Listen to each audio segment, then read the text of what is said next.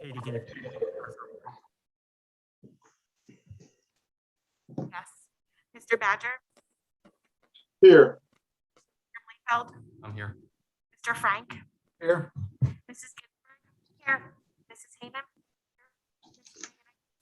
Here. Mr. Stoloff? Here. Mrs. Walsh? Here. Mr. Antonio? Here. Sachi Meda? Here. And Alexandra Bladek. Here. 9 present, 0 absent, and 2 student board reps tonight. Thank you. Time for the Pledge of Allegiance. Pledge allegiance to the flag of the United States of America and to the republic for which it stands, one nation, one nation, under God, indivisible, with liberty and justice for all.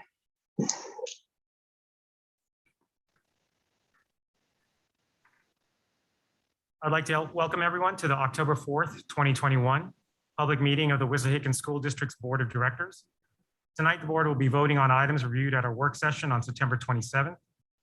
In addition, we have a couple presentations and updates. And I should just note that our superintendent is out on a previously planned vacation this evening, but we will be capably served by both Wade Coleman and Assistant Superintendent Dr. Moniere Dewan in his absence. Next up on our agenda, item 2 simply notes our meeting last week, while item 3 lists our other meetings scheduled in October. And jumping to presentations, again, we have 2 tonight. And first up is Jerry Moore, our Director of Facilities, with his annual update on summer projects. Jerry? I have to say this is one of my favorite slides we have here. I love seeing the stuff that we do in our schools.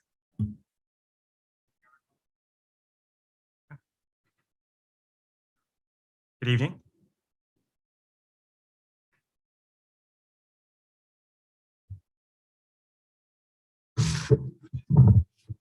Okay, thank you. Okay. So summer projects 2021, and start off with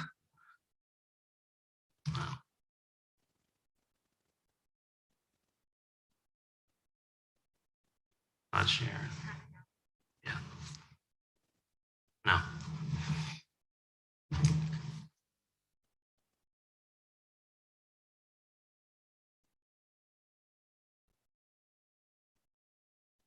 Okay, gotcha. Okay, thank you.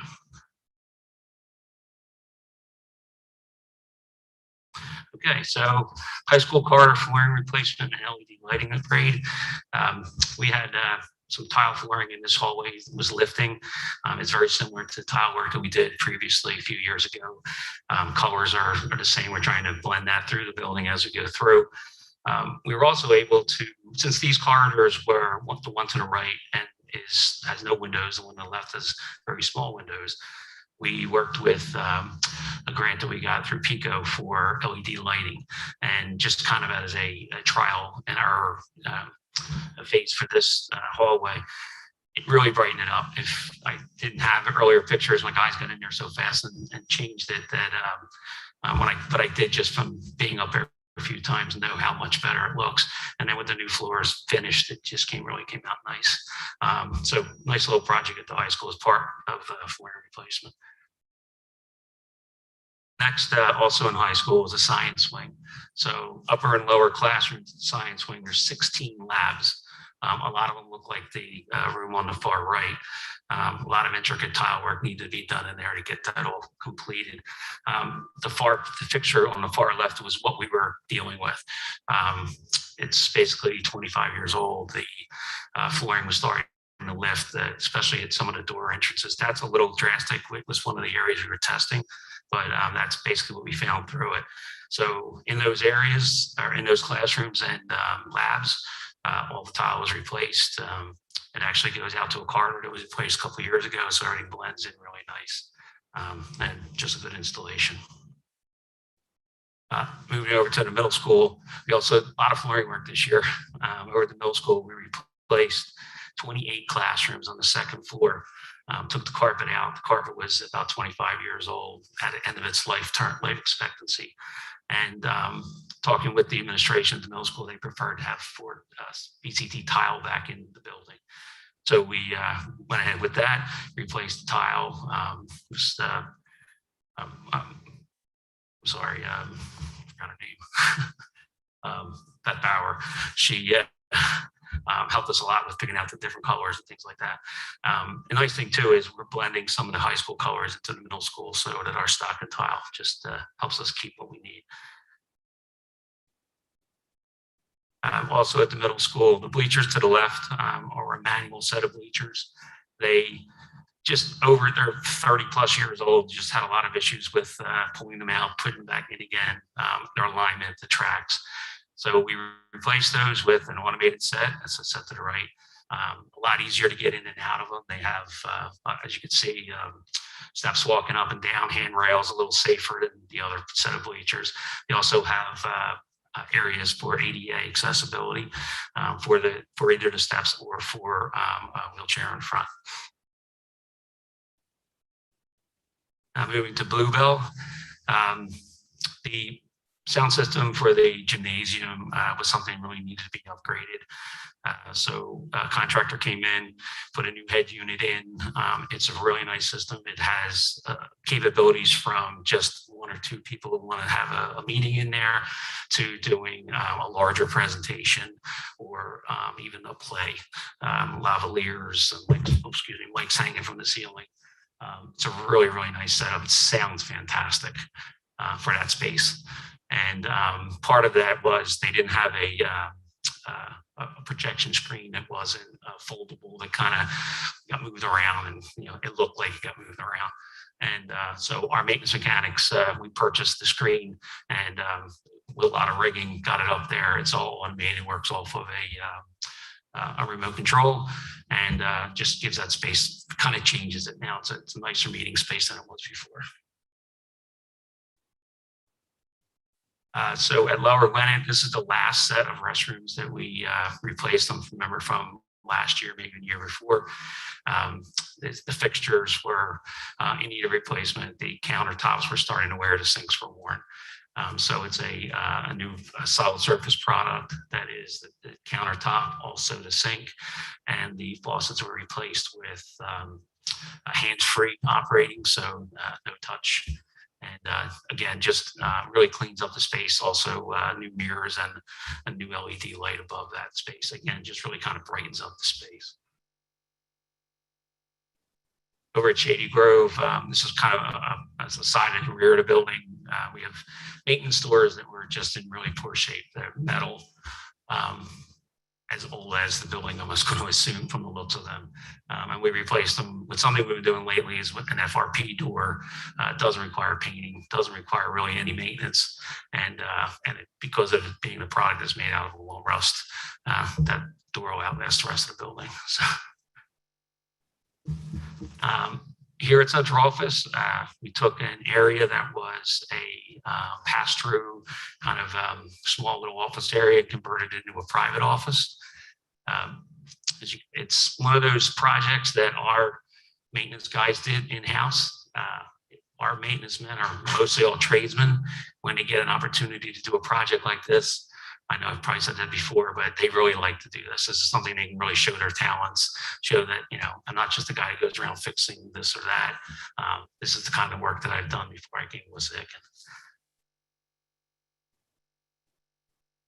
And moving on to Stoney Creek's addition. So the photo to the left is the front of the building from what you would see when you were coming down the front drive heading towards the main entrance. The photo to the right is the large parking lot to the right side of the school. I'll take the cursor here if I can. I think I can. But the area in the center there is going to be the main entrance coming in. It's a nice foyer, wood ceiling, terrazzo floors. It just gives a nice presentation as you walk in. To the left of that there's a large window. So as you're driving down the front of the building, when you look over, you're going to see SGES in letters that's embossed off the wall with downlighting. So when you're coming up to the building, it kind of gives you, you can see in, and you can really kind of see the nice treatments that have been put inside.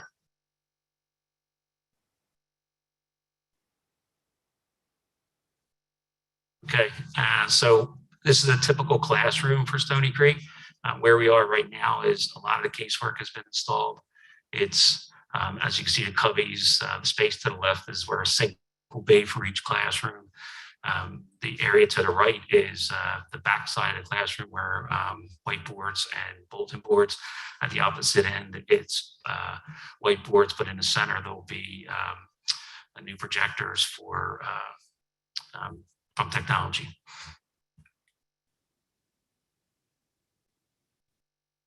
Moving into the corridors.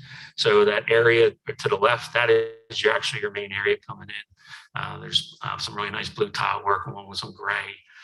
Between those two doors is what leads into the multi-purpose room to the left side or the right side, depending if the partition is closed.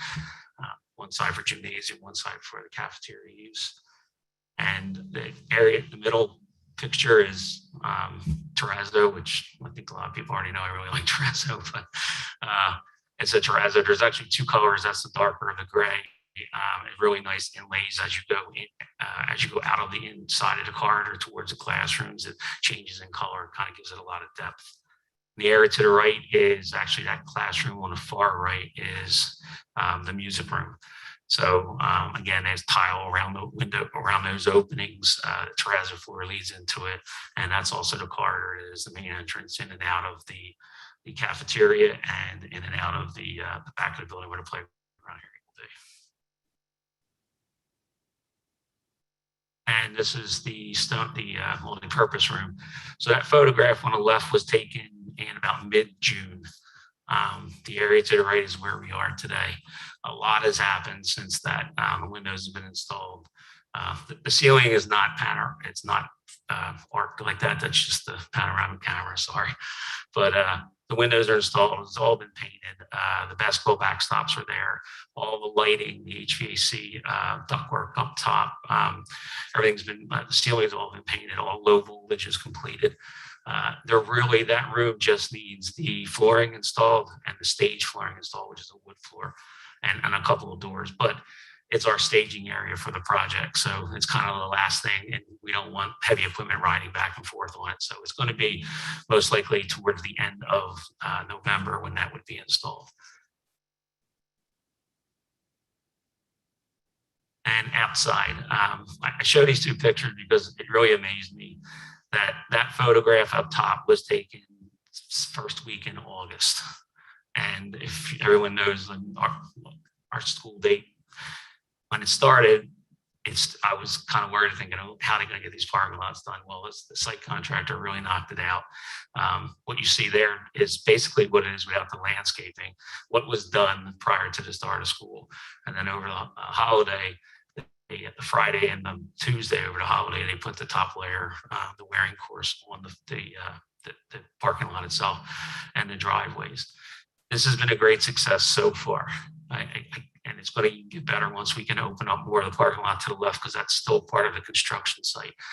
The traffic that comes in, the car lines are not out on Houston Road on Yost Road anymore.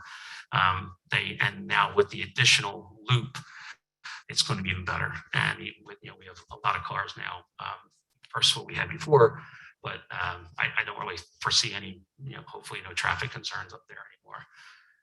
The area to the left is also going to have two hard play services, which could be used for event parking. It's big things that happen in the evenings, any type of play or musical or chorus, or even an outside event. Could open up the gates that lead into those areas, and you could use those for parking. It just gives, again, it takes a lot of the pressure off of Yost Road, which was our intent from the beginning.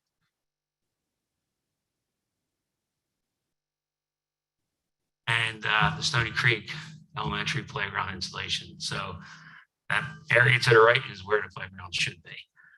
We were hoping that we would have it before the start of the school year, but there has been material shortages. I'm sure you've heard of this everywhere, but steel tubing is one of the bigger concerns right now that the manufacturers are having a hard time getting. As of 2:30 this afternoon, we still had a ship date of next week. On Monday, we would get our date as to when it would be shipped during that time, during that week. And we're very hopeful that as soon as it arrives, the contractor, we are first on his list. He will be on site unloading it, and it'll start to be installed immediately. We'll safe off the area with some fencing so that they'll be, away from the children so they can still play on the other play area. But it'll be another great addition to that playground. And that's it for my presentation. We are planning a tentative open house for the evening of December 14th to take tours of the building, and I'm sure Kristen is working on something. And of course, special thanks to the school board. All the things that you allow us to do, make these things better for the students, the staff of our buildings. And I also always have to thank my facility staff. They're a great group of people. Again, this summer, through different things, we had priorities we had. They still got all work done. Debbie worked at Stoney Creek all summer, not a lick of air conditioning because that was part of the new units. And the building looked great when everybody came in. But again, I can't thank them enough for what they do. And thank you. Any Thanks, questions? Yeah, any questions for Jerry, comments? I'll make a comment. I think your looks great. It's hard to tell from the pictures, but we did do our own little tour, and the terrazzo floors look great. But the rest of it looks great too. But the pictures don't do it justice. It's really is coming along and looks great. And I think that the kids, once they're in there, the parents are gonna love, everything that was done. Thank you. Great job. Thank you. Jerry, question about Stoney Creek. I forget exactly how the project is supposed to play out, but for the open house on December 14th, what stage of the project will, or what's going to be all be done and what's going to be remaining at that point? Everything that is an addition onto the building will be ready for December 14th. The next phase starts after January 1st. Then they will move into the existing gymnasium, and that'll be converted over into autistic support classrooms. The kitchen area of the multipurpose room is converted into large boys and girls restrooms, and that's during that phase until August of 2022. June of 2022, the former multipurpose room gets demoed, and that'll be completed by November of 2022. That'll be the final completion. And that's a library. That'll be converted into a library. Okay, yeah, thanks. Now I remember now. The section that we saw pictures of is essentially a new addition to the Stoney Creek building, and then when that's finished, the old interior sections are going to be remodeled around different uses that we've seen before. Okay, and everything will be fully done in time for the start of next school year. Except for the library, which is November, is a completion date of November. Got it. Okay, great. Thank you. Okay. Jerry, I have one question. At Stony Creek, until recently, the area in the front entrance was used for parking, and it's recently been landscaped. I'm just curious as to the decision to remove the parking from that area. Was that for traffic flow, or was there another reason for removing the parking there? I believe it was more for traffic flow, but also underneath of that space is a very large water detention area. So that was also calculated into it. A lot of it, the parking, the numbers for the parking are where we should be for the size of the building. And I think that was just an area that we really needed to have less congestion and more flow through in order to keep that the traffic off of East Road. Got The it. Okay, area, I think the area too where you were talking about was something that we did temporarily, because when we took the space in the back, we had to put some temporary parking out front. right. Okay, that makes sense. Thank you. Okay. The area to the left too, I forgot to mention, was there's a bus loop there. That bus loop gets reconfigured so that those buses will no longer come into the traffic flow into the main entrance. They'll actually have their own entrance to the side. It's going to alleviate any of that cross connection between the buses and the cars that are in the car line. Another really great option we decided to do. All right, any other questions or comments for Jerry? All right, Jerry. Okay, Thanks thank you. to you and your team for another great job this summer and helping keep our buildings looking great for our students and families. Thank you, my pleasure. All right, next up we have a WEOF update from our WEOF student board representative, Alexandra Bladek.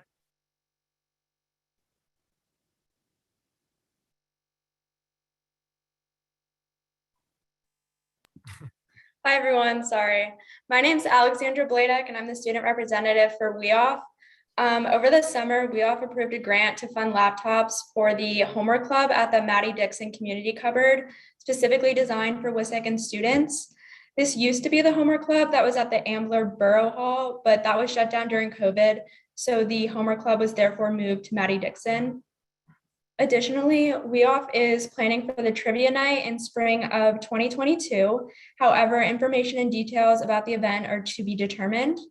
Finally, WEOF is also exploring other fundraisers this year, including the annual staff tribute, which is a fundraiser where families make a donation to WEOF and write thank you notes to staff members as a demonstration of their gratitude for them. Thank you. Thank you, Alexandra. Alexander, we don't get to see you that often, but since you're here tonight, I just wanted to hear from you how your school year has been going so far. Oh, it's been good. Definitely an adjustment from last year being, virtual and hybrid and all of that, but I'm working through it, so it's been good. Thank you for asking. All right, great. Thank you. And Alexander, we look forward to updates throughout the year on the good work that WEOF is doing. So thank you. Thank you. Any questions, comments for Alexandra? Yes, is WEOF planning any fundraisers in the near future, or is that a ways off? I think that there are some events coming up in the winter time, but I'm not exactly sure what we have planned just yet. Keep us posted, please. Of course. I'm excited that the trivia night is on the calendar and looking forward to spring 2022. And hopefully we can actually do it kind of like how we used to do in the old days, but we'll see. Thanks again, Alexandra. Of course. Okay, so that takes us to the first public comment period of the evening, where we'll hear comments on agenda items only. And by agenda items, we mean topics that are listed on tonight's agenda. Comments on other school-related topics not on our agenda will be held until the second public comment period later in the evening. And we're going to alternate in-person speakers with speakers on Zoom. And you'll have up to 3 minutes to speak. And when you're called to speak, please be sure to state your name, municipality of residence, and topic. Please note that it is the board's practice not to engage in back and forth dialogue with speakers.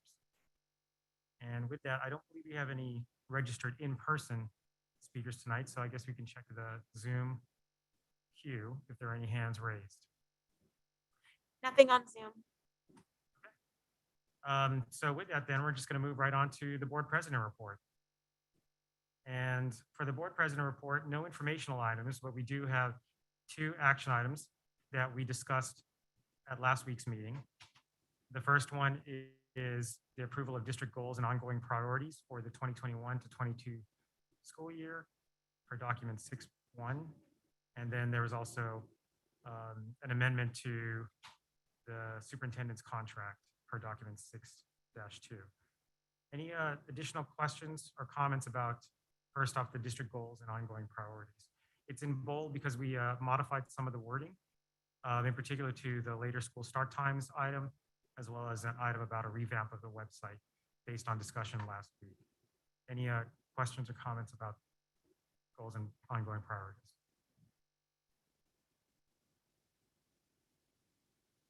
Okay, well, so then I'm going to ask for an approval of action item 6B1, the district goals and ongoing priorities for the 2021 to 2022 school year for document 6.1, 6-1. Moved. Second. All right, the motion has been moved and seconded. Any final questions or comments? Okay, all those in favor say aye. Aye. Any opposed? All right, the motion passes. Again, the second item is an amendment to the superintendent's contract for document 6.2 or 6-2. So can I have a motion for approval? So moved. The motion has been moved and seconded. Any questions or comments? Joe, I'm not sure if I should better abstain or vote no, but you tell me what the path is here. I'll conduct a roll call vote, and then you vote, everyone will just vote, you know, how they want to vote. Okay. Katie, can we have a roll call, please? Yes, Mr. Badger, I vote in favor. Mr. Bleefeld, In favor. Mr. Frank, Yes. Mrs. Ginsburg, Mrs. Hayden, In favor. Ms. Kariakis? No. Mrs. Soloff, Aye. Mrs. Walsh? In favor. Mr. Antonio? Yes, in favor. Yes, 1 no. The motion passes. Thank you. Okay, so we're skipping the superintendent report because Jim is not here tonight, and we're going to go right to the assistant superintendent report. Onyewe? Thank you. Good evening. I'm excited to share information about the National Merit semifinalists and commended students. Congratulations to Wissahickon High School's 2022 National Merit Scholarship semifinalists and commended students. They're projected here. So we have 9 high school students who are among the 16,000 semifinalists. These academically talented high school seniors have an opportunity to continue in the competition for 7,500 National Merit Scholarships worth nearly $30 million, which will be offered next spring. High school juniors entered the 2022 National Merit Scholarship Program by taking the 2020 preliminary SAT or National Merit Scholarship Qualifying Test, which was a part of that initial screening process. The nationwide pool of semifinalists includes the highest scoring entrants in each state. About 95% of semifinalists are expected to attain finalist standing. So congratulations to our semifinalist students, Ella Chang, Sophia Furman, Adam Grossberg, Alexandria Jiang, Soo-Young Lee, Caitlin Liu, Christina O'Farrell, Alex Shin, and Richard Wang. We also applaud our 16 high school students who received a letter of commendation, although they will not continue in the 2022 competition for National Merit Scholarship Awards. Our commended students are placed among the top 50,000 students who entered the 2022 competition. Congratulations to all of our students. Thank you. Yay.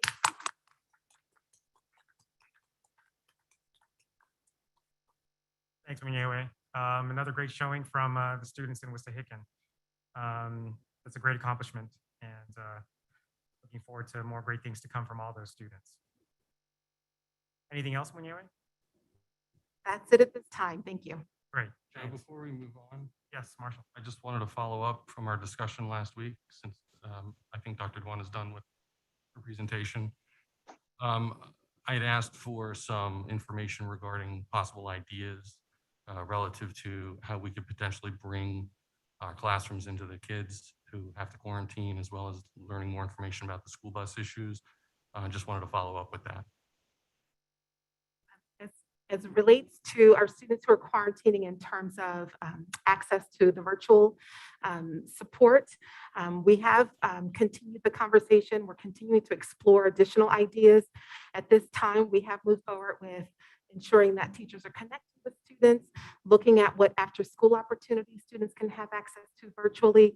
And we're continuing to explore what our options are and what more we can do in that regard. Again, as in last time, I would like to explore the opportunity for students to be able to connect live with their classroom. I know there was some discussion about whether to record it or not, and they can watch it later, but I'd like to have a little less invasive opportunity if we could, so that kids could log in. Again, not being a disruption to either the class or the teachers, but I would think we have at least the technology or the ability to get the technology to figure out a way to do that. And I'd like to see that, at least whether it's feasible or not. And in addition, regarding the issue of school buses, just making sure we clarify kids who may have to quarantine, how that is affected by their ability to get on the buses going home. Absolutely. Thank you. Okay, thank you. I look forward to hearing that. Okay, next up, we have the board solicitor report. Michelle? Good evening, everyone. I do not have any informational items. I do have 2 action items that were reviewed at last week's work session. They involve 2 settlement agreements between the district and 2 families. I am looking for a motion to approve action items 9B1 and 9B2. So moved. Second. Motion has been moved and seconded. Any questions, comments? All those in favor, say aye. Aye. Aye. Any opposed? Motion passes. Okay, and that takes us then to our board secretary report. Wade? Yeah, thank you. There's no informational item, and we're requesting approval of action item 10B1, which is the August 23rd regular public meeting minutes for document 10-1. Second. Motion has been moved and seconded. All those in favor, say aye. Aye. Any opposed? Motion passes. Thank you. Wade, please continue with the board treasurer report. Thank you. There's no informational item, and we're requesting approval of action item 11B1, which is the acceptance and minuting of the treasurer's report for August 31st, 2021 for document 11-1. Second. Motion has been moved and seconded. All those in favor, say aye. Aye. Any opposed? Motion passes. Thank you. All right, the Director of Human Resources report. Danielle? Hi, good evening. Tonight, there are no informational items. There were a few changes since the work session. You'll see these changes or additions in bold. These include action items 12B1 and 12B2. Please also note that 12B8 was withdrawn only due to the fact that this item does not need board approval. It was informational at our work session. I'm requesting approval for action items 12B1 through 7 and 12B9 through 12. Second. Motion has been moved and seconded. Any questions or comments? I have a question. Yes. Regarding 1210, following the meeting last week, we did talk about the substitute rate. Can you remind me, what are other districts in the area paying for substitutes? Sure. Most recently, North Penn School District has increased their sub rate to $180 to $200 a day. And also on the other side of us, Colonial is at $165. Okay, so at 170, we do feel that we'll be competitive, that we'll be able to get substitutes if needed. Yes. Okay. Any other questions or comments? One follow-up question. Wade, how do you feel about this new rate for the transportation drivers? I appreciate the board's support in increasing it. It probably won't affect a whole lot of people. What we're hoping is that it might get some people who are home to become substitute bus drivers. So each step that we talked about, we're hopeful has a little bit of an ability to answer some of our problems. Thank you. Wait, following up on that, what are neighboring districts saying? I actually didn't do a study on that. All we wanted to do is increase our rate. I'm pretty sure that the $30 will be competitive. Okay. I mean, Amazon is paying $30 an hour for their drivers right now. So that's pretty competitive. Any other questions?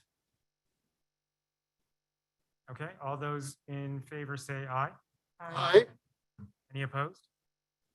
Motion passes.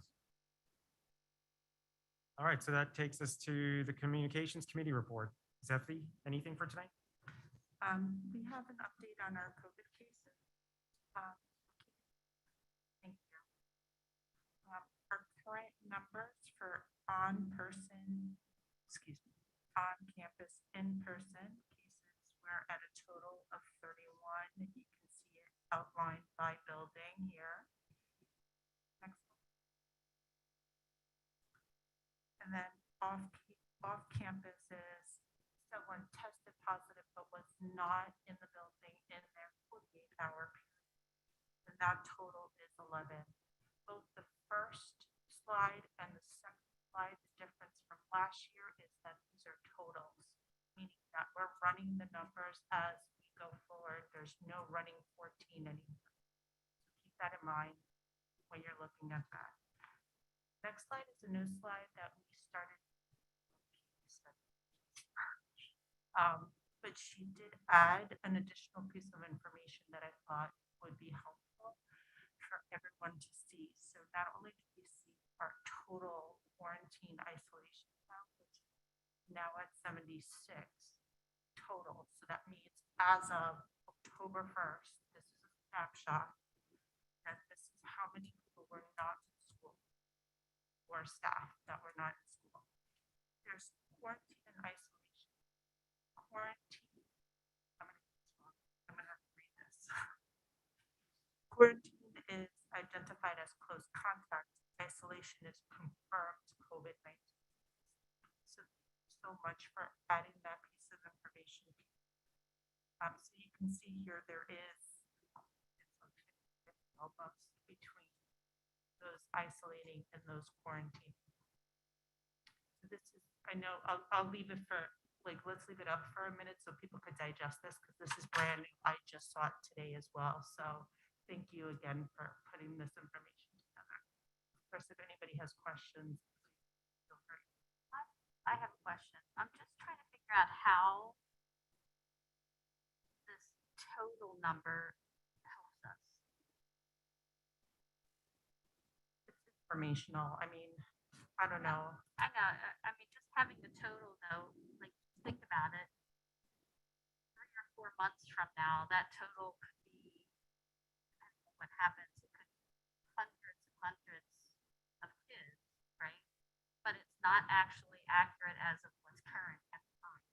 This particular snapshot is a current snapshot of what is happening today. So this total is an accurate total as of Friday, October 1st. It's not cumulative. This is not a cumulative number. This shot is going to tell us what's happening right now in our building. So today there were 76 total. And staff, because staff is Right, included here. Yeah.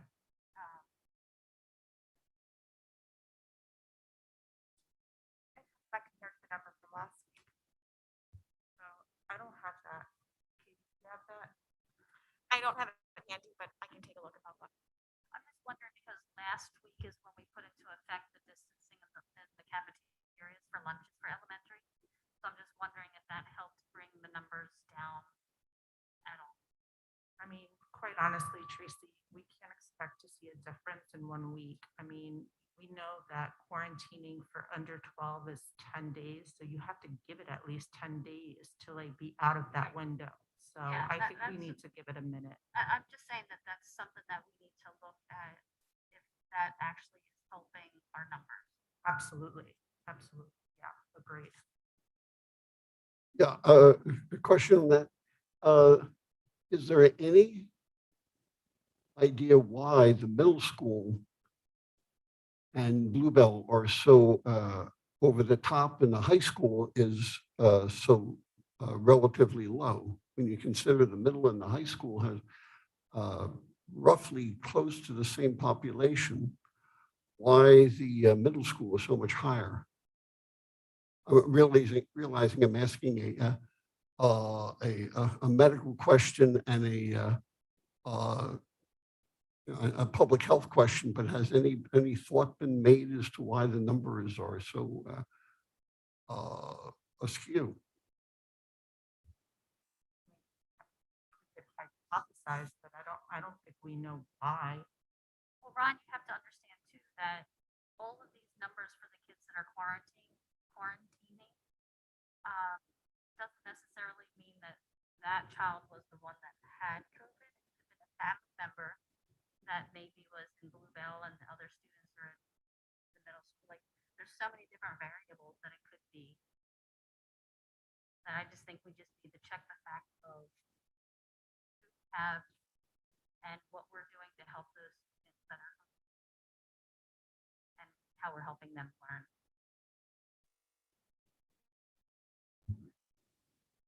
I haven't dug deeply into the numbers, but certainly can take a look and figure out what's going on in each of those schools. Yeah, I would just be cautious about trying to speculate as to what's actually going on and also recognizing that this is a snapshot. And it's hard to draw conclusions just from like a 1 week snapshot point in time. I think once we actually have the entire year under our belt, that might be more appropriate in looking at trends or patterns over time, as opposed to, drawing conclusions over a week's worth of data or even like a month's worth of data.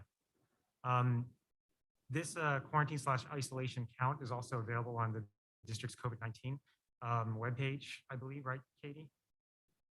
This one is not available right now. It's new. Okay. I feel like I saw like a quarantine count or something on the district's website recently. But at any rate, this I think would be helpful information to have as part of the COVID-19 data that we make publicly available on the district's website. I think what's important is to maintain transparency and also just have the information out there so parents can have an awareness of what's going on in the district with COVID-19 and the information that we have available to us, even at the board meeting, should be more broadly available to the entire school community on a regular basis. What I will say is that the total number, even when you're including staff in the 70s, seems like a fairly high number. But to put it into context, we have about 5,000 students in the district. So in terms of our overall population, it's actually pretty good and pretty manageable. The important thing is what happens over time. And does it start to balloon, or hopefully over time, does it start to shrink with some of the operational and logistical changes for lunchtime at the elementary schools? So obviously we'll keep an eye on that. And thank you to Katie for compiling information. And thank you for Zephy for trying to translate it for us at our board meetings. I just wanted to make one more statement that I'm a parent of one of the children that are home quarantining. What I want to hear us say is that our highest priority is figuring out how do we get the quality education to the students. If numbers keep growing, books that will continue to happen.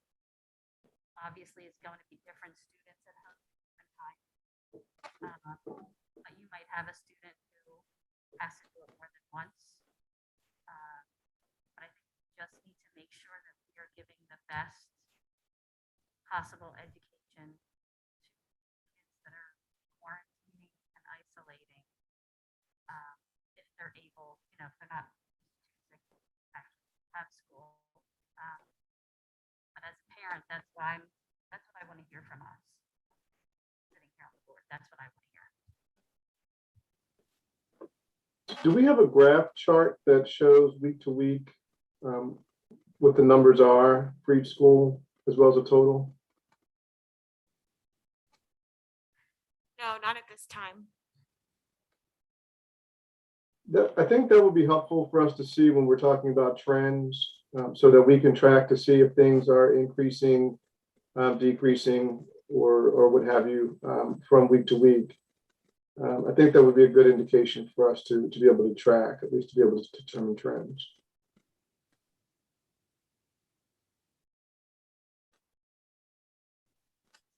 Okay, any other questions, comments for Zephy or Katie? I just want to say, sorry, Yep. I'm beating the horse here. Mhm. I just wanted to say, I think what Dr.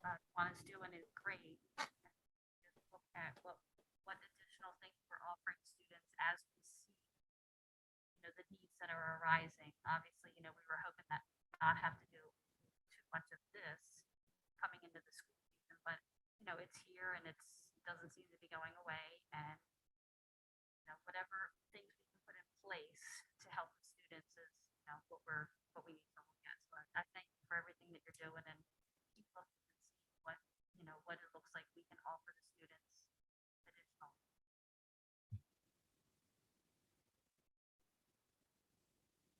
Thanks. I have nothing else for today. Thank you. All right, then we're at the Curriculum and Technology Committee report. Ronnie, any updates since last week? No, there are no informational items. Dr. Dewan, you have your usual long list. Yes. There have been no additions since last week's work session, so we're seeking approval. We're seeking a motion for approving action items 1 through 7. So moved. Motion has been moved and seconded. Any questions or comments? All those in favor say aye. Aye. Any opposed? The motion passes. Okay, I guess that takes us to the Facilities and Transportation Committee report. Tracy, anything new? There's no informational items, and we want to go over the action items that we're asking for approval. Sure, there are no changes. We're discarding obsolete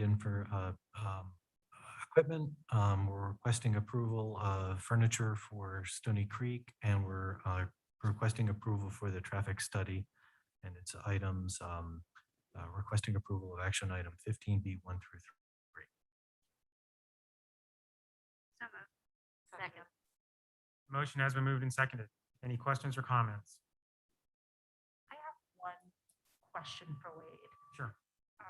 For item 15.3, I really think this is a good idea.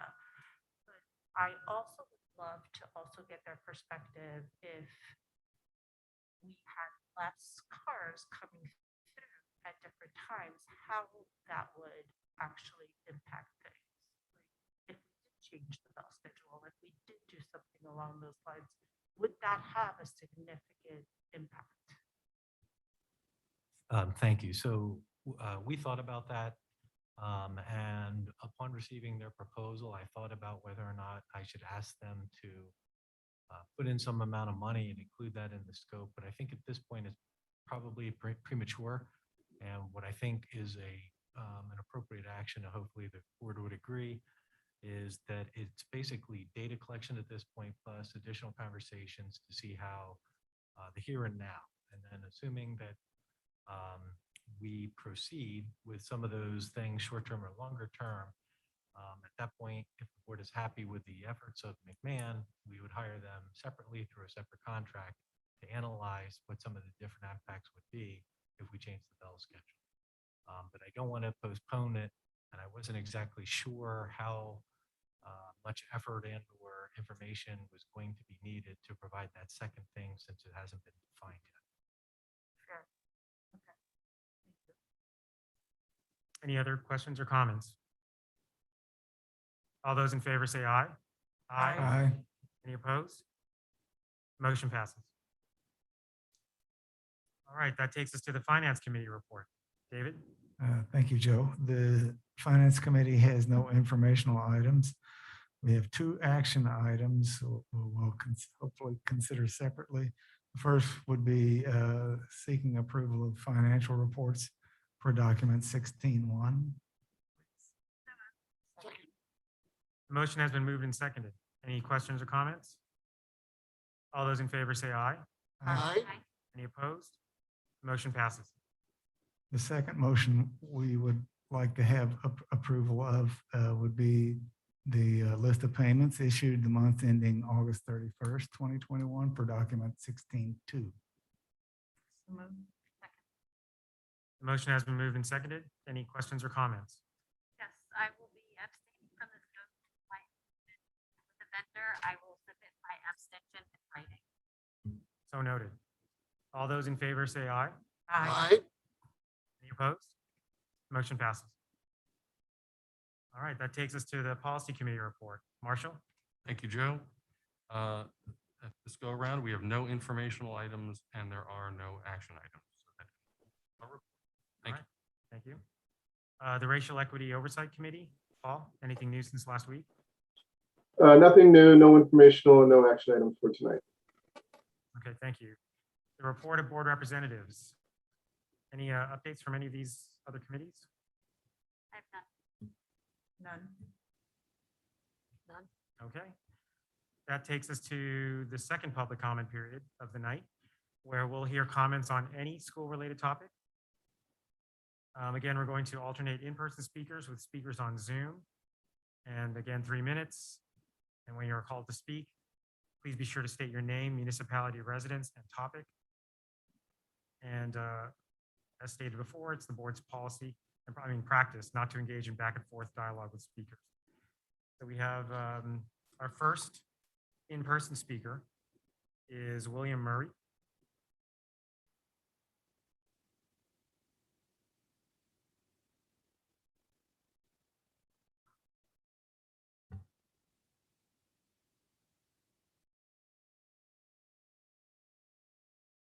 My name is William Murray. I live at 413 Brookside Avenue in Lower Gwinnett Township. And I'm here to address the flooding on Brookside Avenue. I was here before the board back in September. And hopefully everybody's seen the video and seen the effects that it's had on the street. But it's time to move forward. Let's address this issue and move on, and hopefully can come to some sort of agreement how to best address it. Like I spoke previously in the last meeting, we've been to Lower Gwinnett Township. They've agreed with the issue. We've been in contact with Amber Yards, specifically with Matt Siegel, and he has an engineering firm on its premise that specializes in stormwater management. And I would like to recommend that we obtain those services to go through Houston Creek and see what the possible solutions are to this problem. So let's hopefully we can all come to some sort of an agreement to deal with this issue and make everybody happy. Thank you. Thank you. Katie, do we have any raised hands in our Zoom participants list? Yes, we have 3. First up is Liz Weir.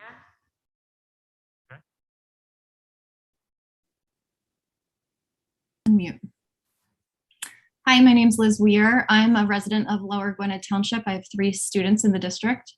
I wanted to use my 3 minutes to talk about openness and transparency. First, due to the time constraints, I want to publicly ask a few questions that the public deserves answers to and are fully within our rights to know these things. How many right to know requests has the district received in the following years, 2018, 2019, 2020, and 2021? How many were approved and denied in each of those years? And how much have we paid our district solicitor for work on right to know requests for each of those years? Now to my comment. Last week, my child was pulled from her class, questioned on her vaccination status without our knowledge or presence. That information was then shared with various staff of the school, all before we even knew any of this had happened. It was a full hour before we even heard from someone at the school. We weren't provided with any learning plan until we asked. And even then, it was more of a, well, what do you think you need? There was literally no plan handed to us. The plan was Schoology and Teams. I asked about this very thing to the board via email since we have no other way to engage. And I was told that I cannot ask those questions, that they all had to be sent through a right to know. I cannot understand for the life of me how we're supposed to feel like we have any sense of stakeholdership in this community when our district, our superintendent, and our school board refuses to engage with people that they don't agree with. It is beyond me. I don't know what we're doing here. Why can we not ask you questions? Why won't you answer them? Why are you denying every right to know request that comes through. We have no recourse here.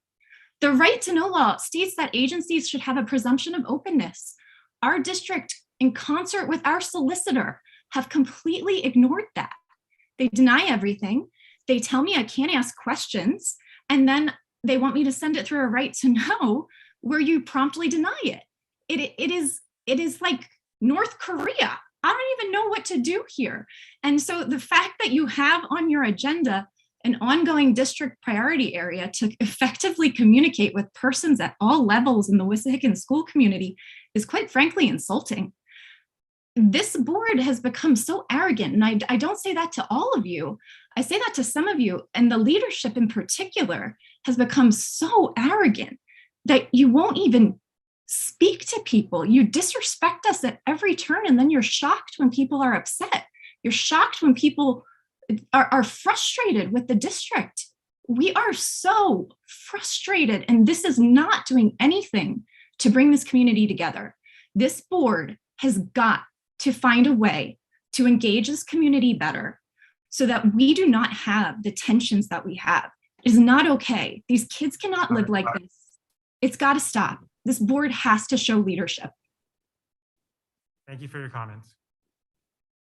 Our next speaker is in person, and it is Carmina Taylor.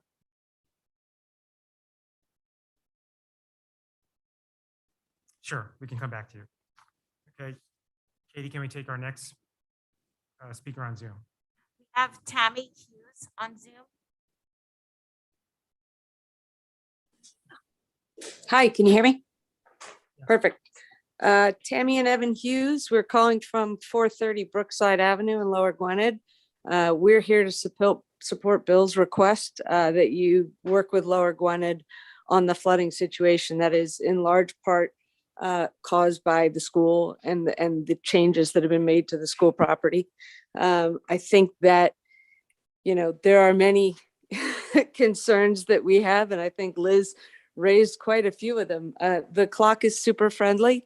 The fact that you won't engage to speak about whether or not you'll even address this flooding issue, I think is a huge problem. So I suppose we will go back to Lower Gwinnett, hope that you will at least speak to them. If you will not speak to them, then I think our only recourse is to start being much more publicly vocal about how our supposedly excellent school district won't speak to anybody in the district. Thank you. Thank you. Carmina, are you ready? We can take the next Zoom person. Okay.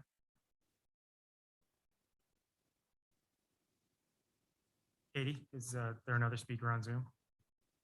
There is Sandy Siblinger.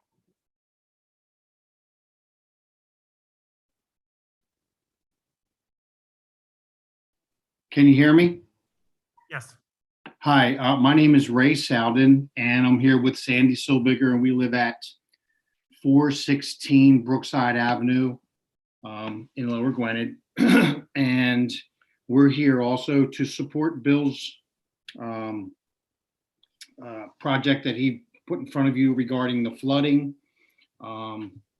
There is an issue, and it needs to be addressed sooner rather than later. And we personally don't like the fact that we can't engage in conversation with you. And we hope, as Tammy said, that you will at least listen to the Lower Gwinnett Township. We know that we met with them a couple of weeks ago, and they are fully aware of the situation, and it has been getting progressively worse since the expansion of the school property from the high school all the way down to the administration building. And I personally went to Wissahickon and graduated in 1976. And that was the only building there, aside from the new middle school that was just being built. So, it's been flooding. The dam doesn't work properly. The water runoff is absolutely atrocious at times. And we're not calling just because we had a hurricane. This issue is ongoing to the tune of a half a dozen times a year minimum. where we have flooding on our streets and people are losing power and their houses are flooding, and something seriously needs to be done about it.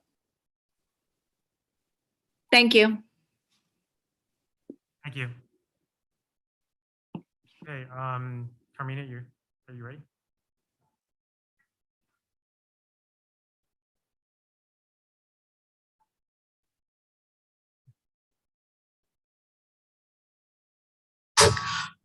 Okay.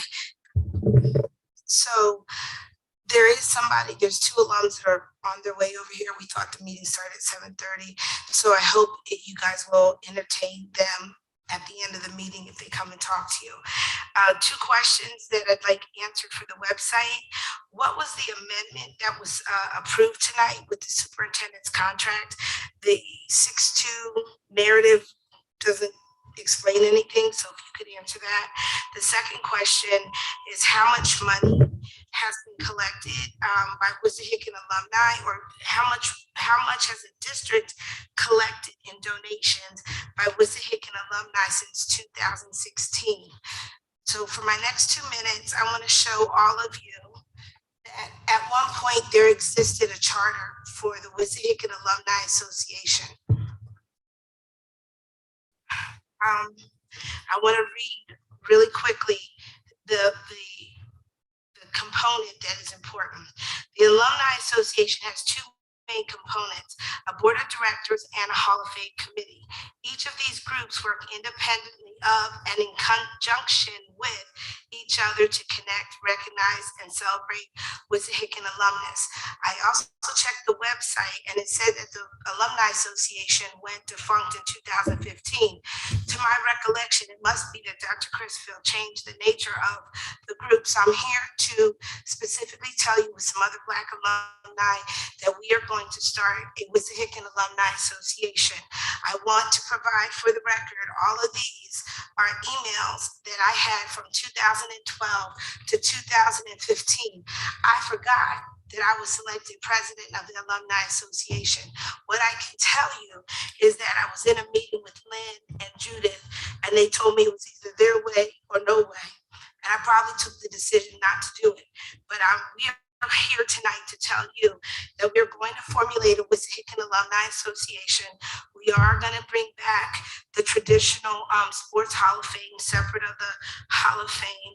And we would like to have the auditorium to do a ceremony on December 18th. I checked the calendar, nothing's being used. And to be honest with you, we think it's a form of reparations.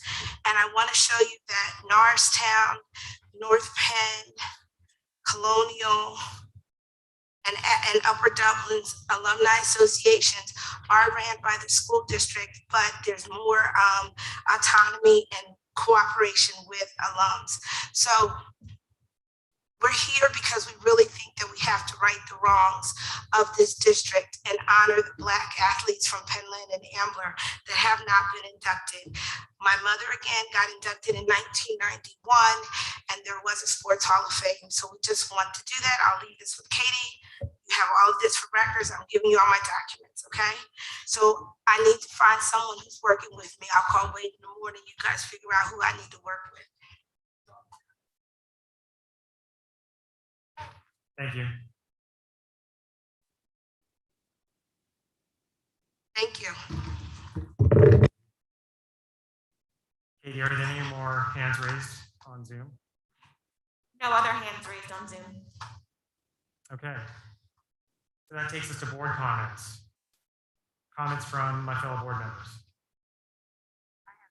I have a couple. Sure, Tracy. Of course, I always have a couple. So Kate, I just wanted to bring up, I know that we had met with Mr. Murray, he'd come to a facilities meeting, so I'm kind of looking at that as a follow-up to the facilities committee. Are we have we been contacted by Lower Gwinnett Township? Are we in the works of talking to them to see what's going on with the dam? And if there's anything that we can do to help alleviate this issue? Thank you. So my recommendation is that I meet with any of the parties that are interested in meeting. I have been in contact with Lower Gwinnett. not from the standpoint of details, but just trying to make sure that we're all on the same page. At this meeting, I would invite them. They may choose to attend that meeting or they might have their own. That's up to them. And again, I would like to mention that I appreciate Mr. Murray coming to both this meeting and the previous facilities meeting, and he will certainly be part of the meeting that we would have in the district, and we'll see where it goes from there. Okay, I appreciate that. I think, the families in that area will appreciate knowing that we are not ignoring it, that, we are addressing, and we'll get together on that. And then the other comment that I had was with Ms. Taylor's comments on the Alumni Association. I very much hope that she does get that Alumni Association together, because I really think that that's something that the school district needs. And I am all for bringing back the sports hall of fame myself, but as this is my second to the last meeting, I don't know that I have a whole lot of pull on that, but I am all in favor of having a sports hall of fame in addition to the regular hall of fame, where we do take a look at not only the Black athletes, but every athlete that we've had in the school district that, I think deserves some recognition, because, I'm wearing a 76ers mask right now, so I'm into the athletics.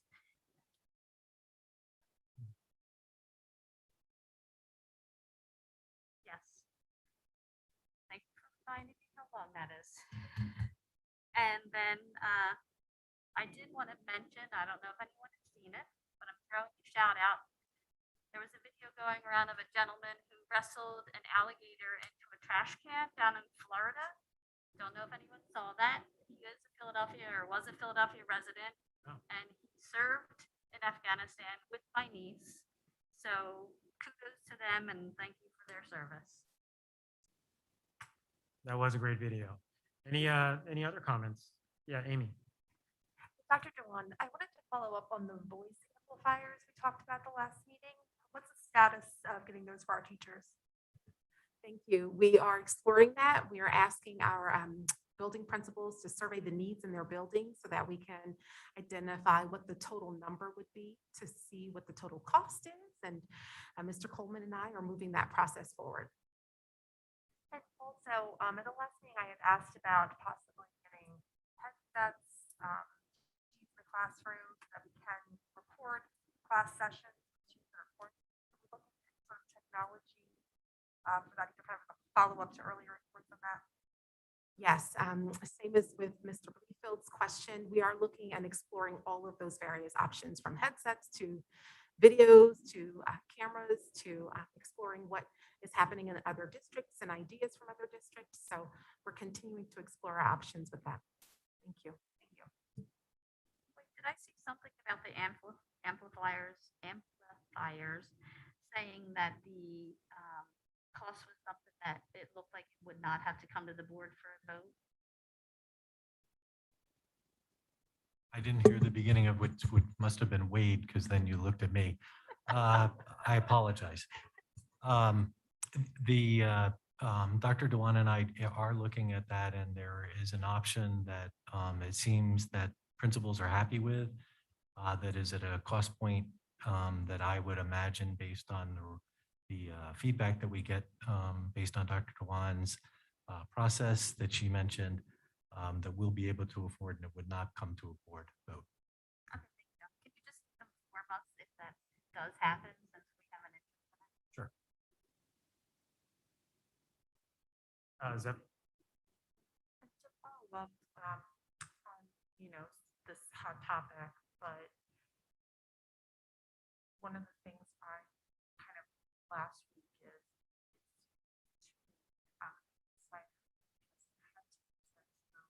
I'm very raw. Everything's experienced a little different. Like the react kind of a pull but not a push of what we're offering to students or quarantining in high school. And I totally get, like, I'm not for completely rehashing things, but I want to hold your hand. I know this is rough. I know this is not a good situation. Having both the student and the parents feel like they're not like in this place where they feel like they're drowning is what, you know, I stop can try to do, because that wouldn't necessarily take like course of action. So I'm just hoping that we can find a proactive. And again, it might be different, and I mean reacting to how I see it. I'm not experiencing anything. So that's just my only hope, that we think about that. And also with the numbers that we're seeing, we might be looking at a whole classroom having to quarantine at some point or another, you know, if the numbers are continuing. So that's something else we probably want to look at. If a whole classroom is quarantining, obviously, that's going to need to be treated differently than a couple of kids in the classroom. Any other comments?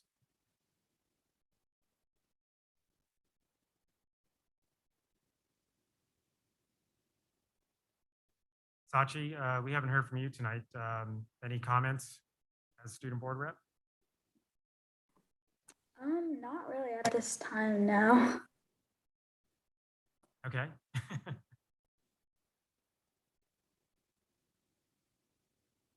All right, I think, sorry,